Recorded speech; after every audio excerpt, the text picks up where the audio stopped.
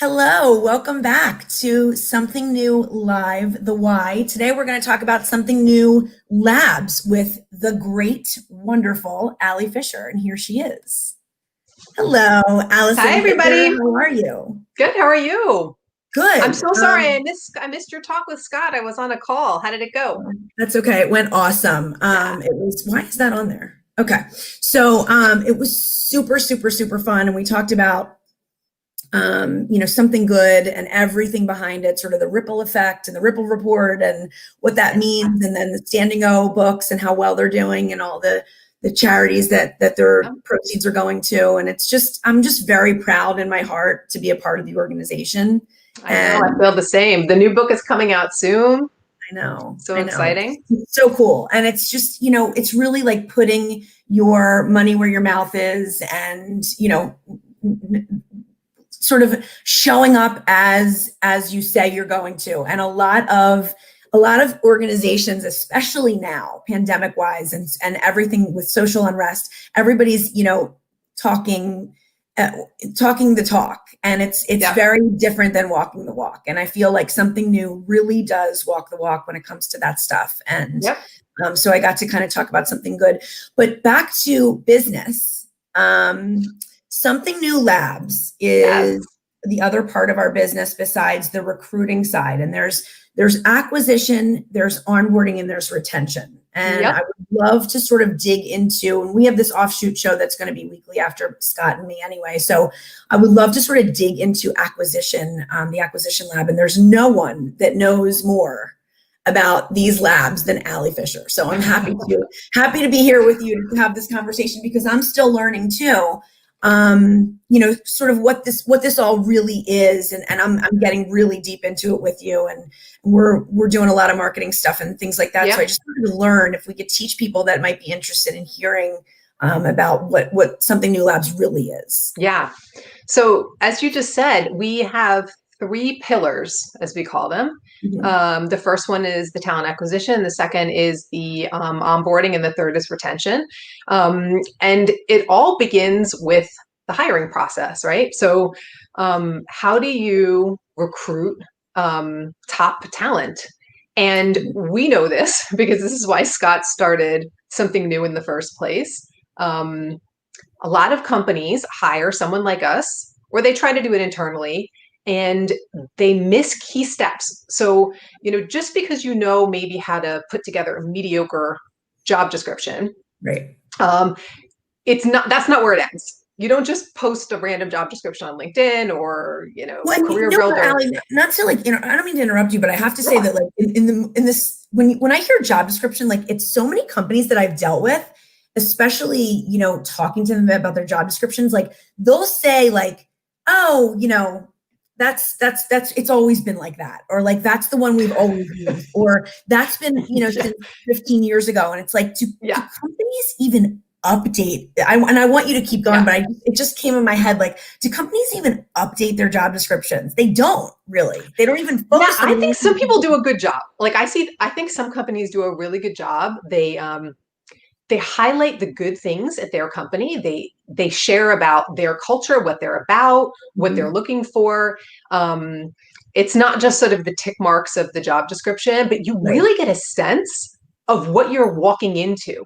I mean, it's storytelling. I think a job description is storytelling. Absolutely. I mean, you need to have the facts. You need to have the facts and figures in there. But you want someone to read it and like be magnetized. You want them to you want to catch their attention, right? You want them to say, oh my God, I need to go to their website and check out what this company is all about. Like, this sounds like a phenomenal place to work. The people sound great. The mission sounds great. The work environment sounds fantastic. And by the way, I can do this job.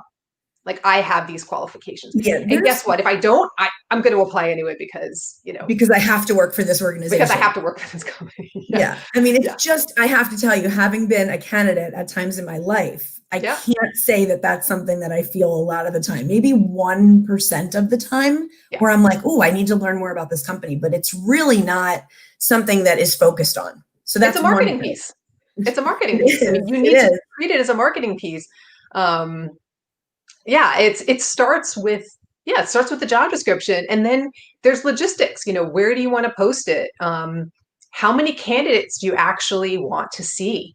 You should be asking yourself these questions as you're posting for an opening.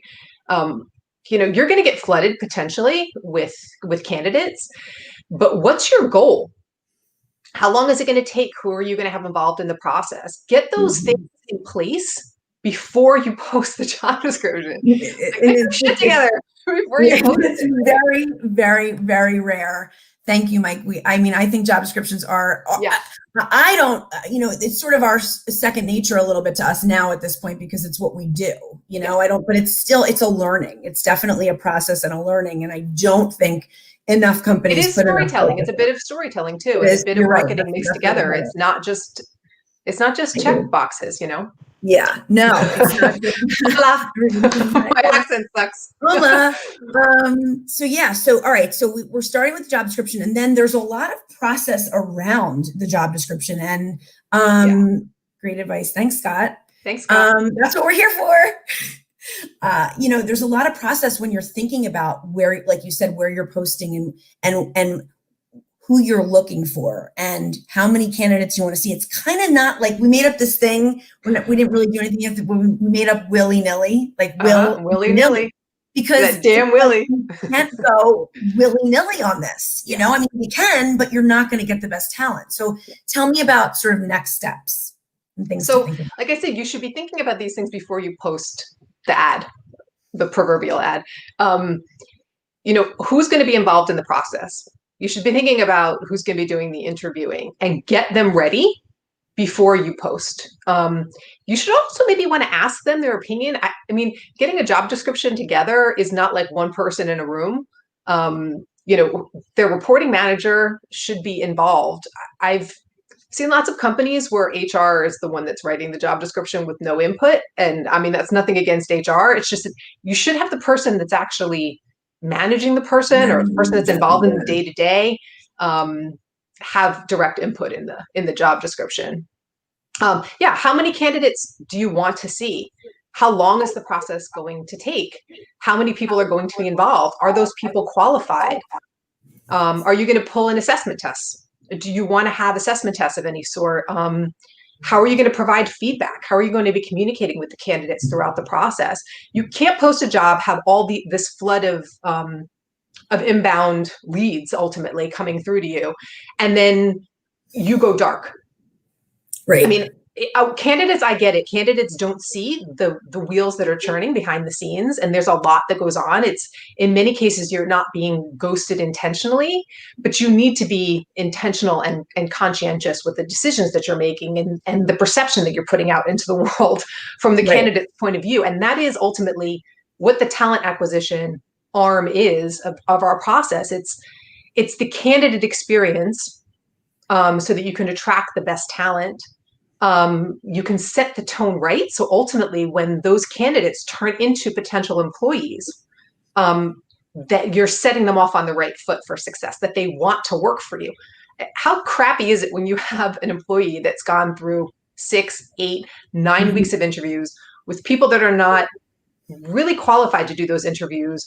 They're constantly chasing you for next steps. You're not responding to them. You offer them a job and they don't want to take it because the process has been so crappy.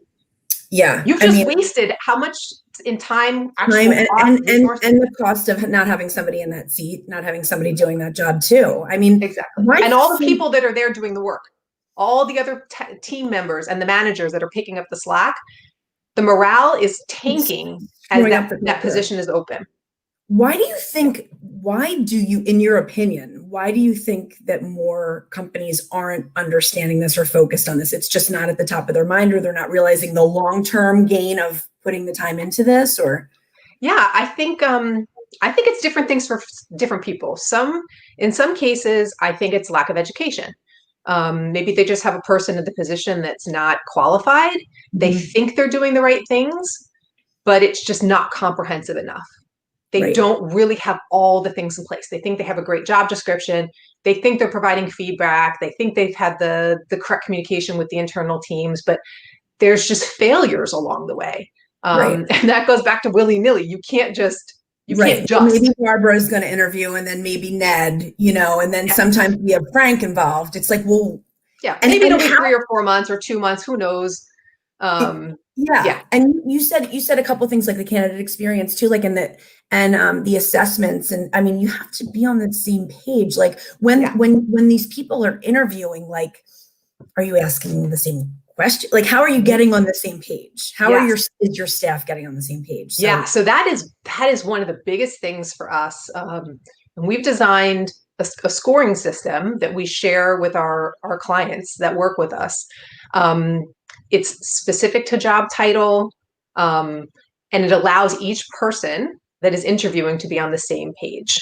So people this is, I tend have to to say, hire Allie, with this their is my gut. favorite thing. This is like Yeah. my favorite thing to talk about. Yeah. So we have a scoring system, and it looks at your quote unquote soft skills, which I hate that term. I wish there was a better term for that, but it looks at um, problem solving, intuitiveness, resourcefulness. Mhm. There's so many things.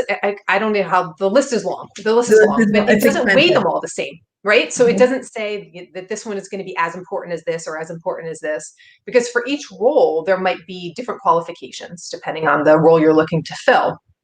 But it at least has everybody that's interviewing working off the same set of criteria, because people tend to interview with their gut. Oh, I like them because. Well, because Right. why? Are you Right. able to quantify? Or I don't like them because Or you don't like them I had because of my their top, socks, as Scott says, right? I Yeah. don't like them because of their socks. The sock story. Yeah. Yeah. And you're like, is that important to the job?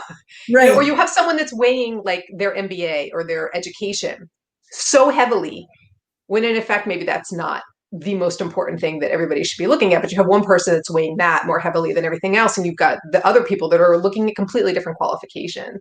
Wait, So we when have you a all good come to the comment though. table, yeah, Yeah. You also need to establish the behavior you're looking for in the yes, role. Otherwise, you're just hiring on skills and experience to match the JD job description, not the yeah. behavior. What do you think? Yeah, Um, but that's what I mean about the prep work, right? You can't blindly put out a job description and not have had these conversations in advance. It's right. um yeah, it's you have to get the key players at the table, and really understand what you're looking for in the candidate, what you're going to be judging them against, and then be ready to execute that in the interview process, and then come back and collaborate on that, having the same grading system so Yes. that everybody is working off the same set of criteria. I'm with you. We And you have need to have another. qualified people.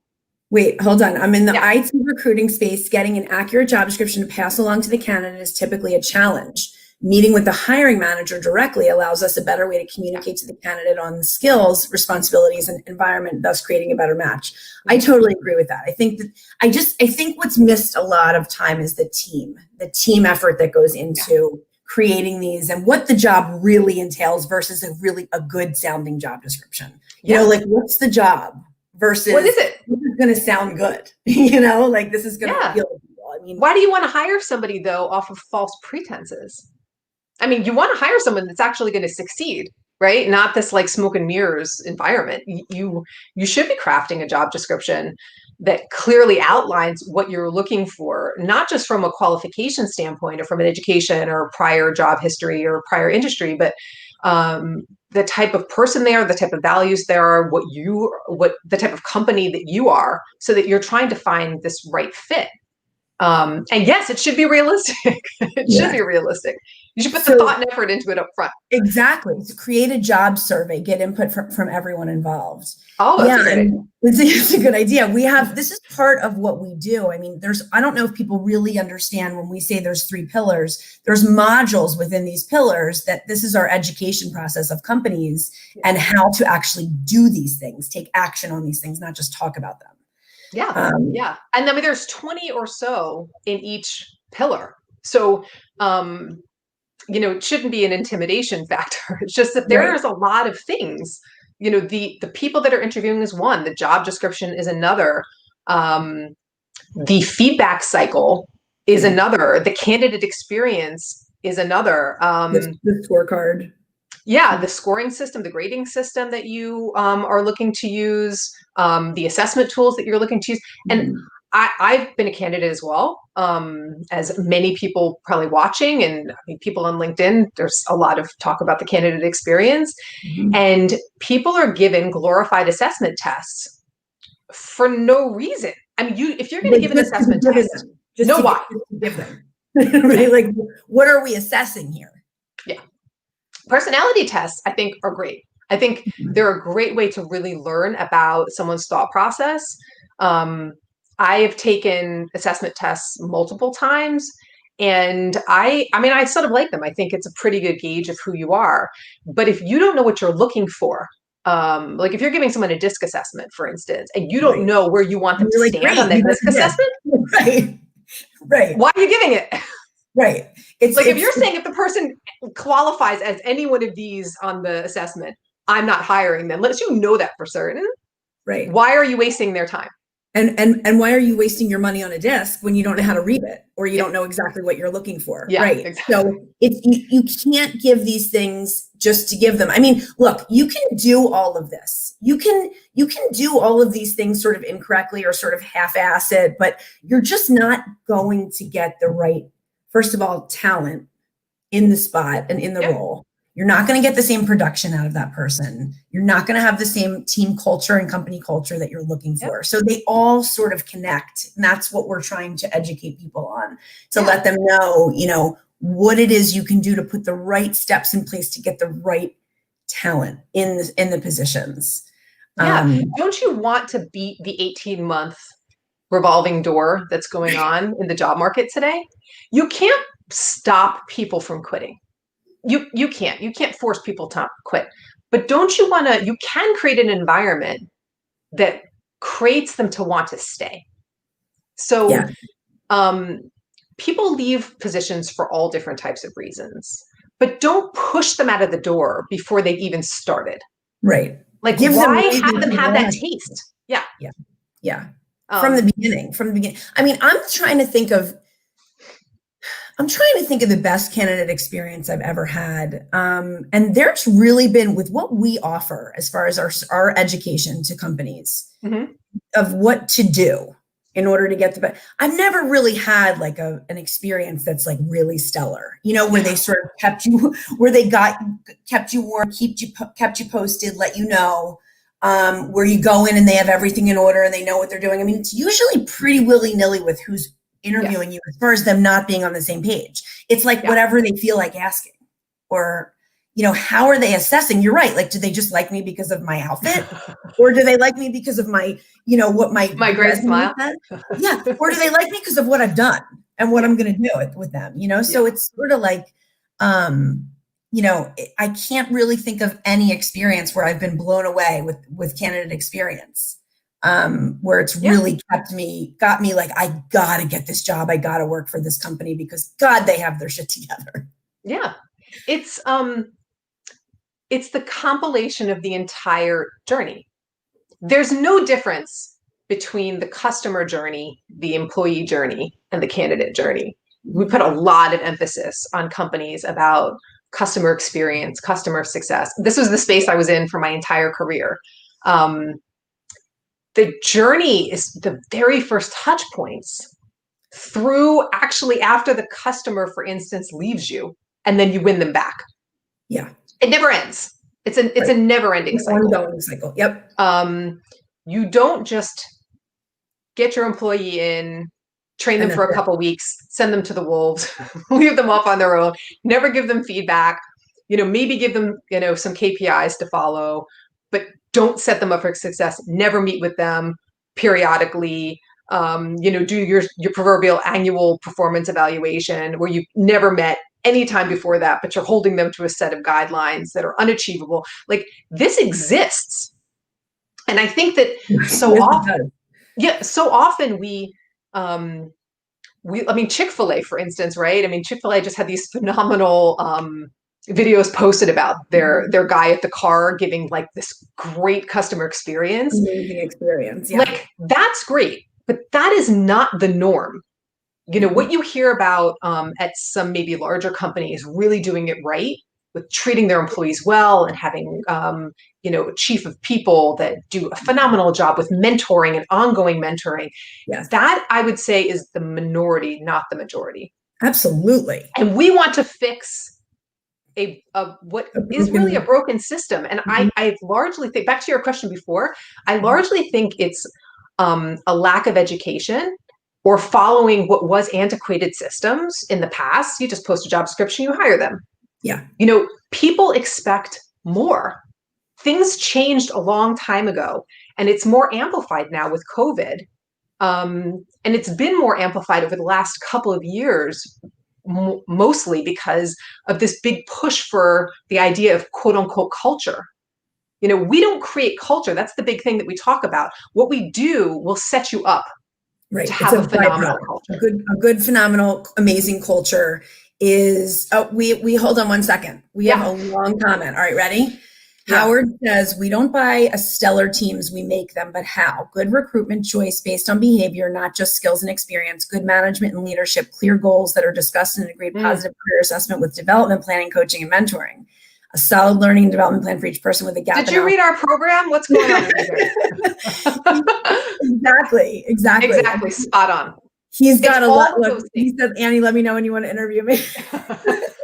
I mean, all of those things in conjunction with each other, in synergy with each other. You can't do piecemeal and have it be successful. So I think some companies do some things well, but are they following it through to the assessment process, to the employee development process, to mental wellness programs, to employee incentives, to team building, to creative team building exercises, to handling toxic environments with toxic employees? Do you have a process in place for that? Yeah.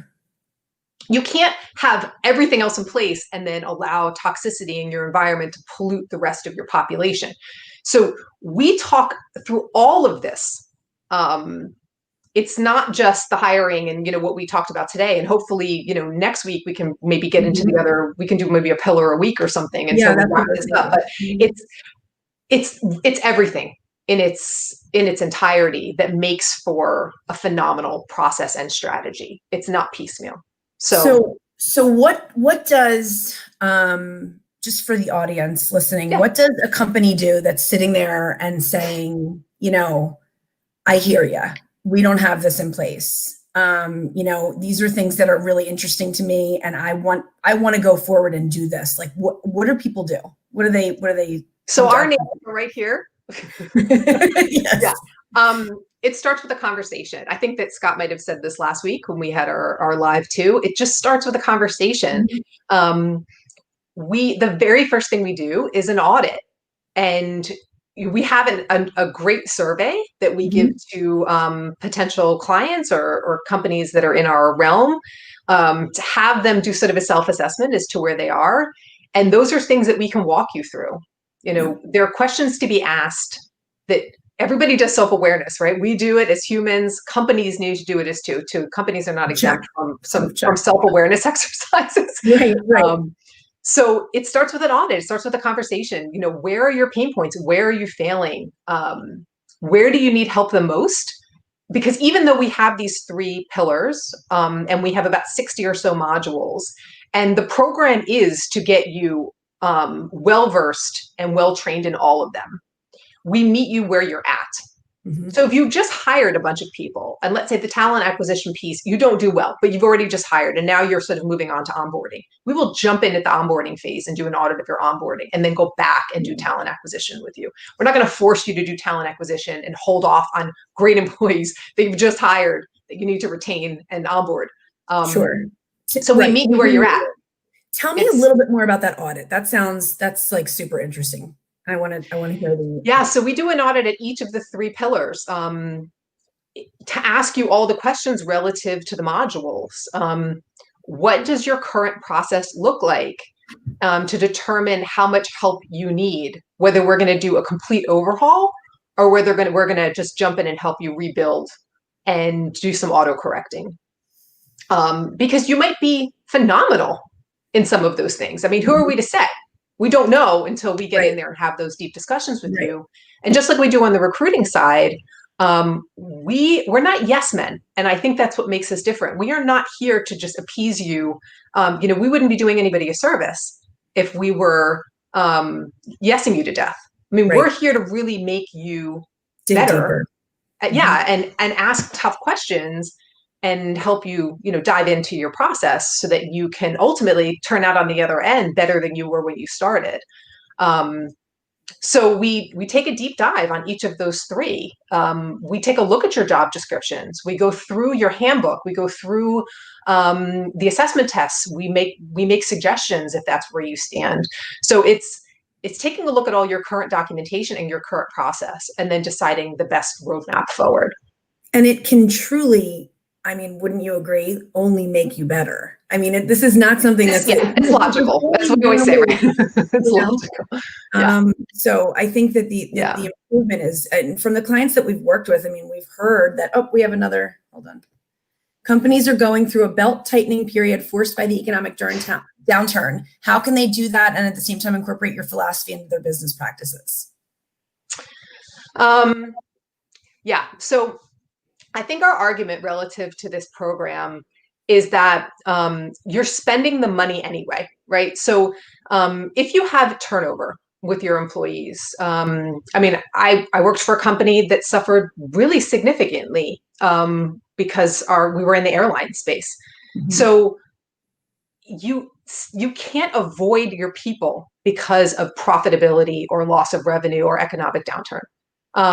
Your people should be front of mind no matter what happens. No matter what's going on in the world. And you're going to spend money. You're going to lose money. You're going to lose client loyalty. You're going to lose client confidence. You're going to have morale issues with your existing staff if you don't do something relative to retention and relative to turnover. So even if you are losing revenue, you can't ignore your people.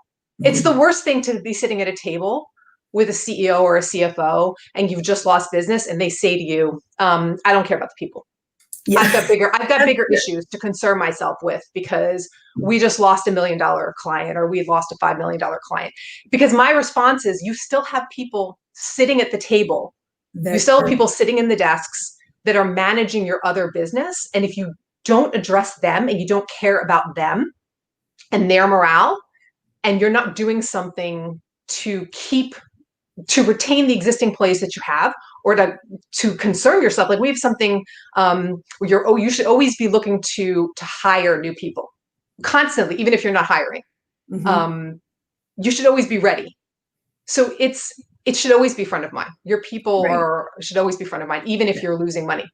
Hence, people over everything. Hence, people over everything. When people are misunderstanding or not understanding what that is, that was an amazing explanation of why, one of the many reasons that people need to be at the forefront of your mind. So it's a great question and it makes sense. When you hear the answer, you're kind of like, oh. We've done cost analyses for people before to show how much money you're actually losing when you lose staff to replace them. I mean, you're looking at maybe 3 months to replace somebody and 6 months to train them. It's a lot more money than you think. And people often see it as soft cost, but it's not. It's real hard dollars that you're losing. So even if your company is losing revenue, you're losing far more by not keeping this front of mind. Well, this has been a glorious discussion with you, Allie Fisher. You know your stuff. And I love talking about this, Annie. I know. I think we both do. Your passion with it, and I love it, and I love hearing and learning from you. And we are nearing the end of our time. I know. Till next week, we'll go deeper into onboarding next week. Deeper dive. Hopefully, we'll have some people come back. We had a couple. Look, here's your big compliment for today too. We need more people like Allie Fisher.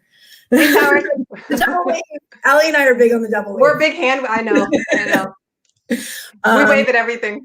The company is people. Yes, they are.